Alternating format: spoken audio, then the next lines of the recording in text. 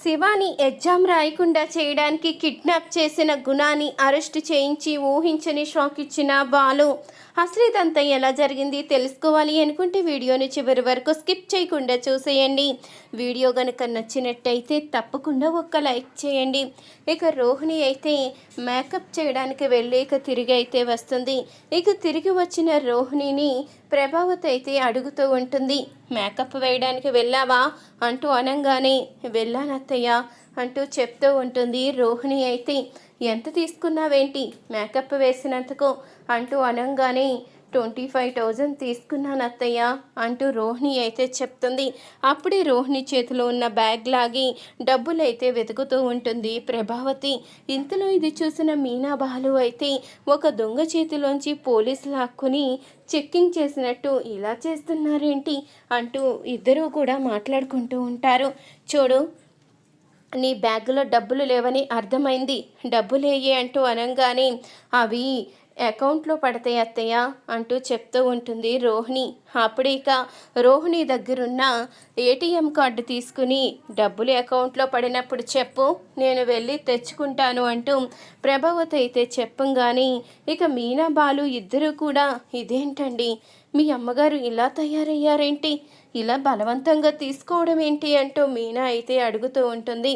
ఇంతలో అప్పుడే బాలు అయితే ప్రభావతి దగ్గరికి వచ్చి నా ఏటీఎం కార్డు కూడా తీసుకో, డబ్బులు పడినప్పుడు చెప్తాను, వెళ్ళి తెచ్చుకుందు అంటూ బాలు అయితే అడుగుతూ ఉంటాడు.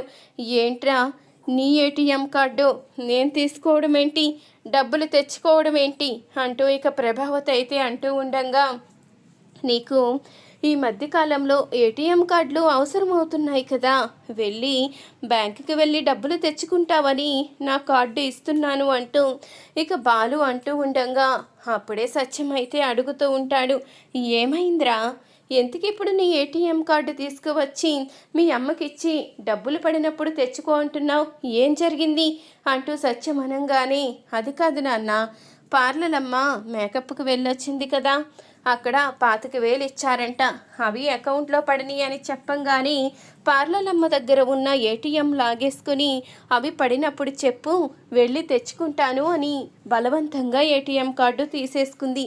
అలాగే ఇంట్లో వాళ్ళే అందరూ కూడా అలా ఏటీఎం కార్డ్స్ తీసుకుని డబ్బులు తెచ్చుకుంటుందని అలా అంటున్నాను అంటూ బాలు అనగానే, ఏంటి ప్రభా ఇదంతా, నువ్వు రోహిణి దగ్గర ఏటీఎం కార్డు తీసుకున్నావా, అసలు అలా చేయడం తప్పని నీకు అనిపించడం లేదా, నువ్వు రోజు రోజుకి ఎందుకు ఇంతగా దిగజారిపోతున్నావు, ఎందుకు అందరి చేత అనేలా ఇలా నీచంగా ప్రవర్తిస్తున్నావు, కోడల దగ్గరున్న ఏటీఎం కార్డు లాగేసుకోవడం ఏంటి, అది తన కష్టార్జితం, అలాంటప్పుడు దాని మీద నీకేం హక్కు ఉంటుంది అంటూ సత్యం అయితే నిలదీస్తూ ఉంటాడు. అప్పుడే బాలు అయితే చెప్పు, ఎందుకు ఏటీఎం కార్డు తీసేసుకున్నావో, నీకేం అవసరమైందో, అసలు ఏం హక్కుందో ఇవన్నీ కూడా చెప్పు, నాన్న అడుగుతున్నాడు కదా, ఎందుకలా మిడిగుడ్లేసుకు చూస్తున్నావు అంటూ బాలు అయితే అడుగుతూ ఉంటాడు. ఇంతలో ప్రభావతికి అయితే ఏం సమాధానం చెప్పాలో అర్థం కాదు. అప్పుడే రోహిణి అయితే, అయ్యో మామయ్య, అసలు అత్తయ్యగారు బలవంతంగా ఏం తీసుకోలేదు మావయ్య, మీరు పొరపాటు పడుతున్నారు అంటూ రోహిణి అంటూ ఉండగా, అదేంటమ్మా, బాలు చెప్తున్నాడు కదా నీ దగ్గర ఏటీఎం కార్డు బలవంతంగా తీసుకుందని, మరి నువ్వెందుకు ఒప్పుకోవడం లేదు అంటూ సత్యం అయితే అడుగుతూ ఉంటాడు.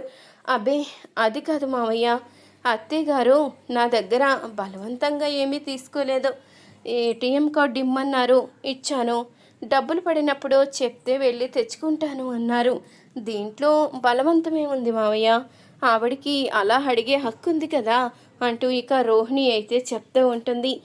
ఏం జరుగుతుందో నాకేమీ అర్థం కావడం లేదు అంటూ రవి కూడా అంటూ ఉంటాడు.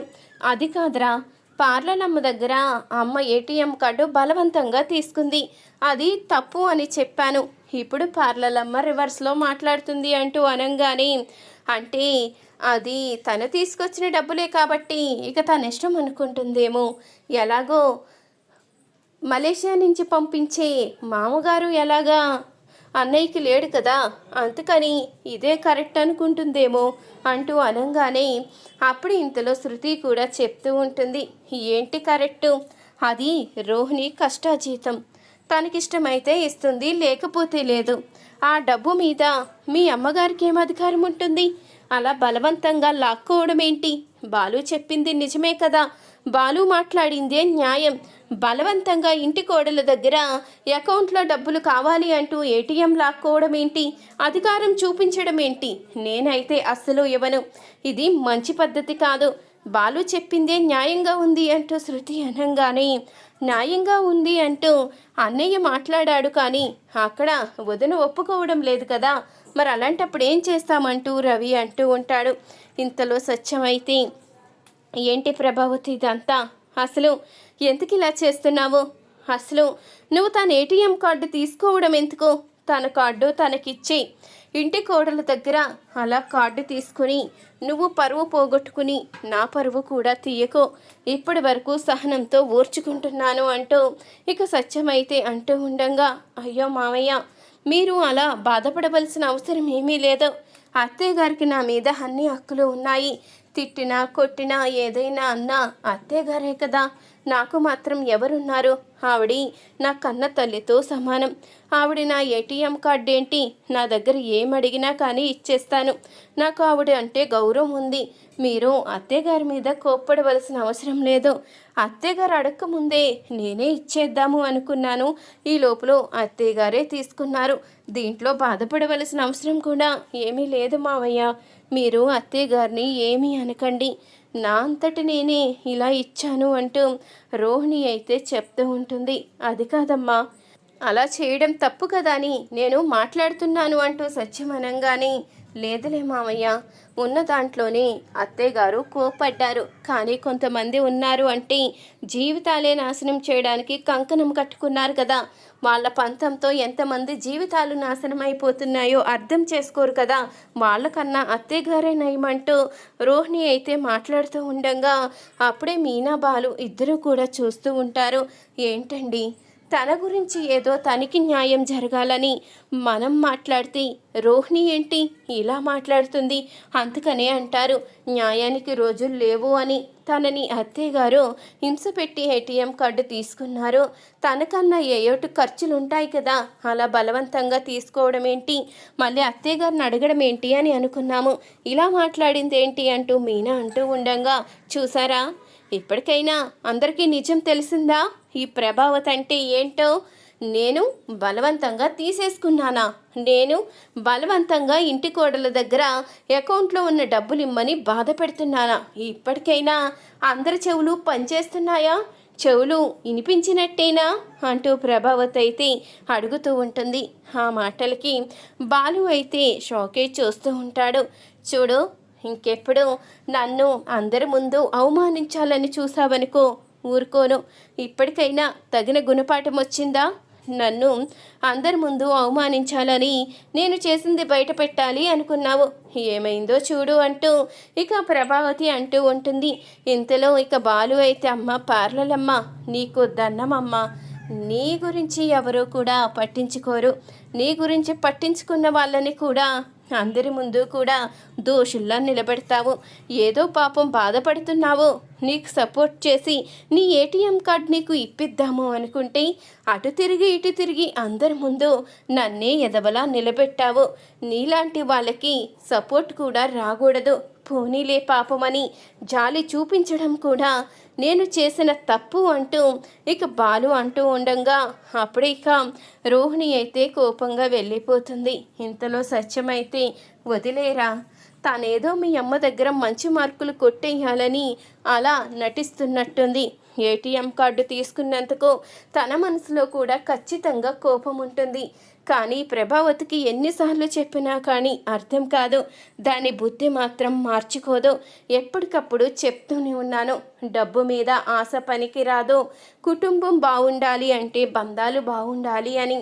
కానీ మీ అమ్మ మాత్రం డబ్బులుంటేనే బంధాలు బాగుంటాయి అని అనుకుంటుంది అంటూ సత్యమైతే అంటూ ఉండగా ఇంతలో బాలు అయితే, నిజంగా నా చెవులు వినిపిస్తున్నాయా? నా చెవులకి ఏదైనా అయ్యిందా? ఒరే రవి, ఏదైనా మాట్లాడరా, ఏదైనా తిట్రా, నా చెవులు పనిచేస్తున్నాయో లేదో. నేను చూస్తాను అంటూ ఇక బాలు అయితే అంటూ ఉంటాడు.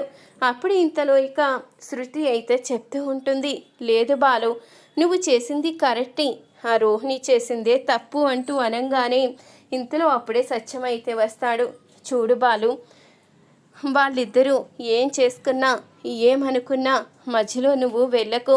ఎందుకంటే ఇప్పటి వరకు వాళ్ళిద్దరూ కూడా ఒకరంటే ఒకరు ఎంతో విలువించుకున్నట్టు ఉన్నారు. ఇప్పుడు సడన్గా ఆస్తి లేదు, డబ్బు లేదు, మోసం చేసింది అనేసరికి మీ అమ్మ దూరం పెట్టింది. కానీ మొన్నటిదాకా నా కోడలు మహారాణి తనకేం తక్కువ అన్నట్టు నెత్తిని పెట్టుకుంది కదా. ఇప్పుడు మీ అమ్మ అలాగే చూడాలని రోహిణి కూడా అనుగుణంగా మాట్లాడుతుంది. ప్రతి విషయాన్ని మీ అమ్మ తరపున మాట్లాడితే మంచిదని అలా అనుకుంటుంది అంటూ సత్యమైతే చెప్తూ ఉంటాడు. ఇంతలో ఇక అరుణ్తో మురళి అయితే మాట్లాడుతూ ఉంటాడు. సార్, మీరు ఇక్కడున్నారా? మీ లవ్ సక్సెస్ అయిందా అంటూ అనంగానే ఎవరు నువ్వు అంటూ అడుగుతూ ఉంటాడు మురళి. అదే సార్, ఆ రోజు మనం గుడిలో మాట్లాడుకున్నాం కదా, మీ లవ్ స్టోరీ నా లవ్ స్టోరీ ఇద్దరు చెప్పుకున్నాం కదా అంటూ అనంగానే ముందు అది పక్కన పెట్టి హెల్మెట్ లేనందుకు డబ్బులు కట్టు అంటూ అడుగుతూ ఉంటాడు. ఇక అరుణ్ అయితే అదేంటి సార్, మనిద్దరం మంచి ఫ్రెండ్స్ కదా, మరి నాకు ఎలిమెంట్కి డబ్బులు వేయడం ఏంటి అంటూ అనంగానే ఫ్రెండ్సే, డ్యూటీయే. నేను డ్యూటీలో ఉన్నప్పుడు ఫ్రెండు, అక్క, చెల్లి, అన్న, తమ్ముడు ఇవేవి చూడను, స్ట్రిక్ట్గానే ఉంటాను. అసలు రూల్స్ పాటించిన వాళ్ళు ఎవరైనా సరే వదిలే ప్రసక్తే లేదు. నీ ప్లేస్లో నా తమ్ముడో అన్నో ఉన్నా కానీ ఇలాగే చలానా వేస్తాను, వెళ్ళి చలానా కట్టు, తర్వాత మిగతా విషయాలు మాట్లాడుకోవచ్చు అంటూ ఇక అరుణ్ అంటూ ఉండగా ఇదెక్కడ న్యాయం సార్, కనీసం మాట్లాడే అవకాశం కూడా ఇవ్వకుండా చలానా అంటున్నారు, మీరు డ్యూటీలో ఇంత స్ట్రిక్ట్గా ఉంటారా అంటూ అడుగుతూ ఉంటాడు మురళి. అయితే ఇక చలానా అయితే కడతాడు. ఇంతలో మరొక వైపు మీనా అయితే ట్రిపుల్ రైడింగ్ అయితే చేస్తుంది. ఇక ఫ్రెండ్స్ని ఇద్దరిని ఎక్కించుకుని రావడంతో అది చూసిన అరుణ్ అయితే మీనా బండిని కూడా ఆపుతాడు. ఏంటి, ముగ్గురు బండి మీద రాకూడదని మీకు తెలీదా? ఎందుకు ఇలా వచ్చారు? ముందు 500 ఫైన్ కట్టండి అంటూ అనంగానే అప్పుడే మీనా ఫ్రెండ్ అడుగుతూ ఉంటుంది, 500? అసలు ఇది న్యాయంగా ఉందా అంటూ అనంగానే 500 కట్టకపోతే ఊరుకునే ప్రసక్తే లేదు. ఎందుకంటే ఈ రోజుల్లో అసలు రూల్స్ పాటించకపోతే ఈ ట్రాఫిక్ ఎలా ఉంటుందో చూశారు కదా. రూల్స్ బ్రేక్ చేయడం వల్లే యాక్సిడెంట్లు అన్నీ అవుతున్నాయి. అందుకని చలానా కట్టి తీరవలసిందే అంటూ అనంగానే మరీ 500 వేస్తున్నారా? అసలు మీరు ఇంత అన్యాయంగా మాట్లాడడం ఏంటి అంటూ మీనా అడుగుతూ ఉంటుంది. నువ్వు ఆ రౌడీగాడి భార్యవే కదా అనుకున్నాను, అందుకని నువ్వు కూడా అలా మాట్లాడుతున్నావని అంటూ అరుణ్ అనంగానే ఆ రౌడీ కాదు, నేను డ్రైవర్ భార్యని, తను చాలా మంచివాడు అంటూ అనంగానే అవును, నేను అన్పార్కింగ్లో పెట్టాను అని నన్ను మీడియా ముందుకు తీసుకొచ్చాడు, మరి నువ్వు మాత్రం ఇలా రూల్స్ బ్రేక్ చేస్తూ ప్రవర్తించొచ్చేమో, అంటే ఒక పోలీస్ చేస్తే తప్పు, నువ్వు చేస్తే తప్పు కదా, ముందు వెళ్ళి చలానా కట్టు అంటూ ఇక అరుణ్ అనంగానే మీతో మాట్లాడే కన్నా చలానా కట్టడమే రైటు అంటూ ఇక మీనా అయితే చలానా అయితే చెల్లిస్తుంది. ఇలాంటి వాళ్ళు ఉంటే ఇక అందరూ నష్టపోయినట్టే అంటూ అనుకుంటూ ఉంటుంది. ఇంతలో మరొక వైపు బాలుకైతే శివ కనిపించడం లేదని తెలుసుకుని ఇదేంటి, ఈరోజు ఎగ్జామ్ ఉంది కదా, వీడెక్కడికి వెళ్ళాడు అంటూ శివ గురించి బాలు అయితే కంగారు పడుతూ ఉంటాడు. ఇంతలో గుణ అయితే శివాని తీసుకువచ్చి ఈరోజు మీ బావని చేత ఎగ్జామ్ రాయిస్తాను అంటున్నాడు కదా, ఏ విధంగా రాయిస్తాడో నేను చూస్తాను, ఏ విధంగా నీ చేత ఎగ్జామ్ రాయించి నిన్ను ఐఏఎస్ ఆఫీసర్ని చేస్తాను అన్నాడు కదా, ఎలా చేస్తాడో నేను చూస్తాను.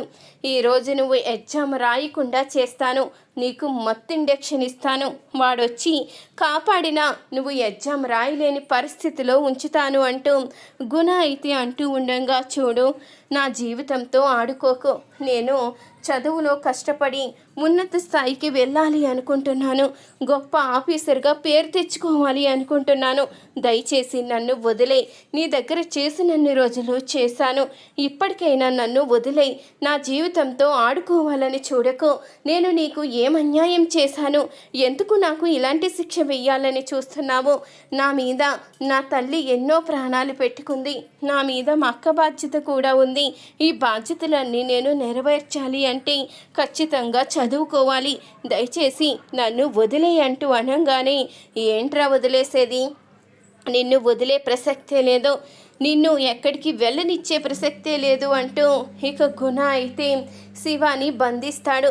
ఇక మీదట నువ్వు ఇక్కడి నుంచి తప్పించుకోవడం చాలా కష్టమంటూ ఇక అంటూ ఉండంగానే ఇంతలో మరొక వైపు అరుణ్కైతే సుమతి ఫోన్ చేస్తుంది. దయచేసి సహాయం చెయ్యండి, మా తమ్ముడు కనిపించడం లేదు. ఈరోజు వాడికి ఎగ్జామ్ ఉంది. ఈరోజు ఎగ్జామ్ కనుక రాయకపోతే ఈ సంవత్సరం అంతా వాడు కష్టపడి చదివిందంతా వృధా అయిపోతుంది. మీకు పోలీస్ సర్కిల్ ఉంది కాబట్టి ఖచ్చితంగా మా తమ్ముడు ఎక్కడున్నాడో మీకు తెలుస్తుంది. దయచేసి మా తమ్ముడు ఎక్కడున్నాడో తెలుసుకుని చెప్పండి అంటూ సుమతి అయితే అరుణ్ని అడుగుతూ ఉంటుంది. నువ్వు కంగారు పడకు సుమతి, నేను చూసుకుంటాను. ఖచ్చితంగా సీసీ ఫుటేజ్లన్నీ చెక్ చేసి మీ తమ్ముడు ఎక్కడున్నాడో నేను తెలుసుకుంటాను అంటూ అరుణ్ అయితే సుమతితో చెప్తూ ఉంటాడు. మరొక వైపు ఈ విషయం తెలుసుకున్న మీనా అయితే, ఏంటండి మా తమ్ముడు కనిపించడం లేదు అని తెలిసి మీరెందుకు నా దగ్గర నిజాన్ని దాచిపెట్టారో, ఎందుకు మీరు నా దగ్గర నిజాన్ని చెప్పలేదో? ఈరోజు వాడికి ఎగ్జామ్ ఉంది. ఎగ్జామ్ కనుక రాయకపోతే వాడు ఇన్ని రోజులు చదివిన చదువు అంతా వృధా అయిపోతుంది. ఇప్పుడు ఏం చెయ్యాలి అంటూ అడుగుతూ ఉంటుంది మీనా అయితే. ఎందుకండి వాడు కనిపించడం లేదని తెలిసి కూడా నా దగ్గర నిజాన్ని దాచిపెట్టారు అంటూ అనంగా కానీ అప్పుడే ఇక బాలు అయితే చెప్తూ ఉంటాడు. ఈ విషయం విని నేనే ఏం చెయ్యాలో అర్థం కాక అయోమయ పరిస్థితిలో ఉన్నాను. నీకు తెలిస్తే ఏమైపోతావో, మీ తమ్ముడు కనిపించడం లేదు, ఈరోజు ఎగ్జామ్ ఎలా రాస్తాడో, ఇవన్నీ టెన్షన్ పెట్టుకుని నువ్వు ఏమైపోతావో అని భయం వేసి నీతో నిజాన్ని చెప్పలేదు అంటూ ఇక బాలు అయితే అంటూ ఉంటాడు. అదేంటండి, వాడు నా తోడబుట్టినవాడు, వాడు కనిపించడం లేదు అంటే మీకులాగే నేను బాధ్యతగా వెతకాలి కదా అంటూ మీనా అంటూ ఉంటుంది. ఏంటేంటి, వాడు కనిపించడం లేదా? భలే వార్త విన్నానే అంటూ ప్రభావతి అయితే, ఏంటి నీ తమ్ముడు కనిపించడం లేదా? మళ్ళీ ఎవరు బ్యాగ్ కొట్టేశాడో, ఎవడు డబ్బులు దొబ్బేశాడో, వాళ్ళేదో ఆ పగతో ఎక్కడికో తీసుకువెళ్ళిపోయి ఉంటారు, అందుకని వాడు కనిపించడం లేదు అంటూ ప్రభావతి అనంగానే, చూడండి అత్తయ్య, మీరు ఎన్నన్నా పడుతున్నాను కదని ఇప్పుడు బాధలో ఉన్నప్పుడు ఇష్టం వచ్చినట్టు మాట్లాడితే మాత్రం ఊరుకునేదే లేదు. అవతల పసివాడు, వాడికి ఏం జరిగిందని నేను కంగారు పడుతూ ఉంటే మీ మాటలేంటి అంటూ మీనా అయితే కోపంగా మాట్లాడుతూ ఉంటుంది ప్రభావతితో. ఇంతలో బాలు అయితే ఆలోచిస్తూ ఉంటాడు. ఇక శివ ఎక్కడున్నాడో అయితే పోలీస్ సర్కిల్ ద్వారా తెలుసుకుంటాడు. అప్పుడే ఇక శివాని గుణ కిడ్నాప్ చేశాడని తెలుసుకొని ఇక గుణానైతే అరెస్ట్ చేయిస్తాడు. ఇక గుణానైతే పోలీసులు అరెస్ట్ చేయడంతో అప్పుడే ఇక బాలు అయితే గుణతో చెప్తూ ఉంటాడు, నేనుండగా వాణ్ణి ఏదైనా చెయ్యాలని చూస్తే ఎలా చూస్తూ ఊరుకుంటాను అనుకున్నావు? ఆ కుటుంబాన్ని కాపాడడానికి నేనున్నాను. ఇంటి పెద్ద అల్లుడుగా కాదు, పెద్ద కొడుకుగా బాధ్యత తీసుకున్నాను. అలాంటప్పుడు నా సంరక్షణలో ఉన్న కుటుంబానికి నువ్వు అన్యాయం చెయ్యాలని చూస్తే ఎలా సహిస్తాను అనుకున్నావు? వాడి జీవితాన్ని నాశనం చేయడానికి, ఎగ్జామ్ రాయకుండా చేయడానికి నువ్వు ప్రయత్నిస్తే ఎలా క్షమిస్తాను అనుకున్నావు? ఈ బాలుగాడుండగా ఆ కుటుంబానికి ఏమీ జరగదు. అన్ని విషయాల్లో కూడా నేను తోడుగా ఉంటాను, అన్నీ నేను చూసుకుంటాను. ఇంకొకసారి ఈ కుటుంబం జోలికి రాకుండా నీకు బుద్ధొచ్చేలా చేస్తాను. నువ్వు జైల్లో చెప్పుకూడు తినేలా చేస్తాను. నువ్వు బయటికే రాకుండా చేస్తాను అంటూ బాలు అయితే అంటూ ఉంటాడు. ఇంతలో శివ అయితే, చూసామా, నన్ను మా బావ కాపాడుతాడు, ఈరోజు ఎగ్జామ్ రాసి తీరుతాను అని చెప్పాను కదా, చూడు అనుకున్న విధంగానే మా బావ వచ్చాడు. ఇప్పుడు నేను ఎగ్జామ్ రాస్తాను, గొప్ప ఆఫీసర్ని అవుతాను. నేను ఆఫీసర్ని అయిన తర్వాత నీ సంగతి చెప్తాను. నీకు బుద్ధొచ్చేలా చేస్తాను. ఇన్ని రోజులు నాతో ఎలా ఆడుకున్నావో నీతో కూడా అలాగే ఆడుకుంటాను. నీకు నరకం అంటే ఏంటో చూపిస్తాను అంటూ ఇక శివ అయితే గుణకి వార్నింగ్ ఇస్తాడు. బాలు అయితే ఇక శివాని ఎగ్జామ్ రాయడానికి అయితే తీసుకుని వెళ్తాడు. ఇక శివ ఎగ్జామ్ పూర్తి చేశాడు అని తెలుసుకున్న మీనా అయితే ఎంతో సంతోషపడుతూ ఉంటుంది. ఇక బాలు కూడా ఆనందపడుతూ ఈరోజు ఎగ్జామ్ రాయించినందుకు సంతోషంగా ఉంది అంటూ సంతోషపడుతూ ఉంటాడు. ఈ వీడియో కనుక నచ్చితే తప్పకుండా లైక్ చేయండి.